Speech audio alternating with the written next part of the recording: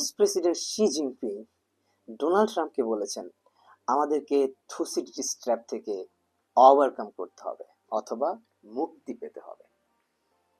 আসলে থুসিডিটিস ট্র্যাপ জিনিসটা কি, কেন রাজনৈতিক অঙ্গনে থুসিডিটিস ট্র্যাপ ব্যাপক জনপ্রিয় হয়ে উঠছে, আজকে সেই আলোচনাই করব।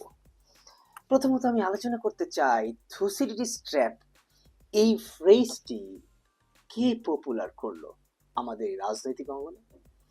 So US political scientist Graham Allison 2010 সালে প্রথম এই থুসিডিটিস ট্র্যাপ ফ্রেজটি ব্যবহার করেন এবং ক্রমান্বয়ে তা পপুলারিটি অর্থাৎ জনপ্রিয়তা পেতে থাকে। সো আজকে আলোচনা করব থুসিডিটিস ট্র্যাপ আসলে কিভাবে উৎপত্তি হলো, এর ইতিহাস, ঐতিহ্য এবং বর্তমান প্রেক্ষাপটে এই থুসিডিটিস ট্র্যাপ আসলে কিভাবে কাজ করছে। থুসিডিটিস ট্র্যাপ মূলত শুরু হয়েছিল প্রাচীন গ্রিকে। আমরা সবাই জানি প্রাচীন গ্রিক দেশে অর্থাৎ গ্রিসে দুইটি অঞ্চল ছিল, একটি হচ্ছে এথেন্স আর একটি হচ্ছে স্পার্টা।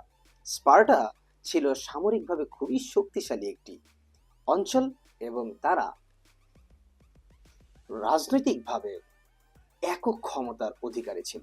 তাদেরকে বলা হতো গ্রিক অঞ্চলের মধ্যে সুপার পাওয়ার। এথেন্স ছিল উদীয়মান শক্তি, ডেমোক্রেটিক উদীয়মান শক্তি, অর্থাৎ যে শক্তি ক্রমান্বয়ে উদিত হচ্ছে, বড় হচ্ছে। স্পার্টানরা মনে করতেছিল যে এথেন্স তাদের জন্য হুমকি। এই হুমকি মোকাবেলার জন্য তারা নানা ধরনের পদক্ষেপ গ্রহণ করা শুরু করছিল এবং স্পার্টাদের যে অ্যালাই অর্থাৎ তাদের যে সহযোগী বন্ধু, তারা ক্রমান্বয়ে প্রতিনিয়ত স্পার্টানদের এক ধরনের প্রেসার দিচ্ছিল, চাপ দিচ্ছিল যে উদীয়মান শক্তি এথেন্সকে যে কোনো মূল্যেই থামিয়ে দেওয়া উচিত। এই জিনিসটাই হচ্ছে থুসিডিটিস ট্র্যাপ। ফাইনালি স্পার্টানরা সেই থুসিডিটিস ট্র্যাপে পড়ে এবং এথেন্সের সাথে একটি যুদ্ধ শুরু করে। সেই যুদ্ধে হয়তোবা খুবই কষ্টে অথবা কোনো না কোনো কারণে এথেন্স বেঁচে যায় স্পার্টানদের থেকে এবং ফাইনালি স্পার্টানদের এক ধরনের শক্তির ক্ষয় হয় এবং তারা যে একক শক্তি হিসেবে পুরো গ্রিকে তাদের যে অবস্থান ছিল তা কিছুটা ম্রিয়মাণ হয়। এথেন্স এই জায়গায় একটি ভালো কাজ করে, স্পার্টানদের সাথে পরবর্তীতে আরো বড় ধরনের যুদ্ধে না জড়িয়ে নিজেদেরকে আরো প্রস্তুত করে। কিসের জন্য?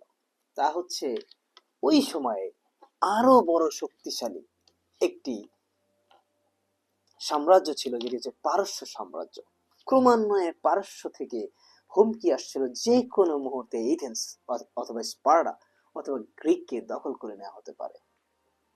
যেহেতু পারস্য বা পার্সিয়ানরা তখনকার যুগে সবচেয়ে বেশি শক্তিশালী সাম্রাজ্য ছিল, তাই এথেন্স স্পার্টানদের সাথে যুদ্ধে না জড়িয়ে পারস্যদেরকে অর্থাৎ পার্সিয়ান সাম্রাজ্যকে ঠেকিয়ে রাখার প্রচেষ্টা চালিয়ে যাচ্ছিল এবং সেক্ষেত্রে তারা কিছুটা সফল হয়েছিল। প্রশ্ন হচ্ছে এই আলোচনাটা কেন করলাম?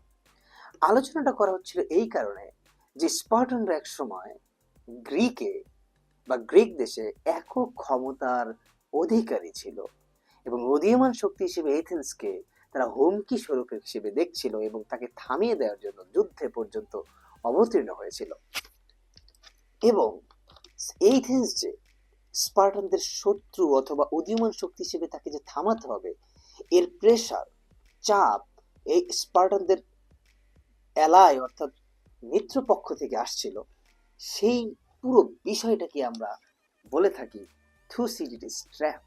অর্থাৎ একক শক্তিকে এই থুসিডিটিস ট্র্যাপে ফেলে উদীয়মান শক্তিকে দমিয়ে রাখার যে প্রচেষ্টা এবং সব শেষে সেটা যে সফল না হওয়ার প্রবল সম্ভাবনা থেকে যায়, সেই থেকেই এই আলোচনা। এবং সেই থুসিডিটিস ট্র্যাপ ফ্রেজটি চীনের প্রেসিডেন্ট শি জিনপিং ডোনাল্ড ট্রাম্পকে স্মরণ করিয়ে দেন এবং বর্তমান বিশ্ব যে এক ধরনের থুসিডিটি স্ট্র্যাপের মধ্যে দিয়ে আছে তা তিনি স্পষ্টভাবে উল্লেখ করেন।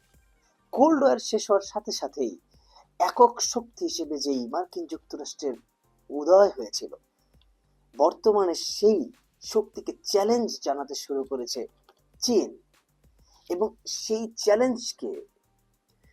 চ্যালেঞ্জকে একসেপ্ট করে তাকে প্রতিরোধ করার জন্য মার্কিন প্রেসিডেন্ট অথবা মার্কিন মুলুক যে নানাভাবে পদক্ষেপ গ্রহণ করছে তা যে বাস্তবিক অর্থে কার্যকর হবে না তাই স্মরণ করিয়ে দেওয়ার চেষ্টা করেছেন ডোনাল্ড ট্রাম্পের এই যে চীনে ভ্রমণ, সেই ভ্রমণে চীনের প্রেসিডেন্ট শি জিনপিং। অর্থাৎ যুক্তরাষ্ট্র যে চীনকে উদীয়মান শক্তি হিসেবে মেনে নিতে পারছে না এবং তাকে দমানোর জন্য, তাকে থামিয়ে দেওয়ার জন্য যে নানা ধরনের প্রচেষ্টা চালাচ্ছে, এ থেকে যুক্তরাষ্ট্রকে এবং একই সাথে চীনকে ওভারকাম করার এবং মুক্তি পাওয়ার জন্য চীনের প্রেসিডেন্টের আহ্বান মার্কিন প্রেসিডেন্ট ডোনাল্ড ট্রাম্পের প্রতি।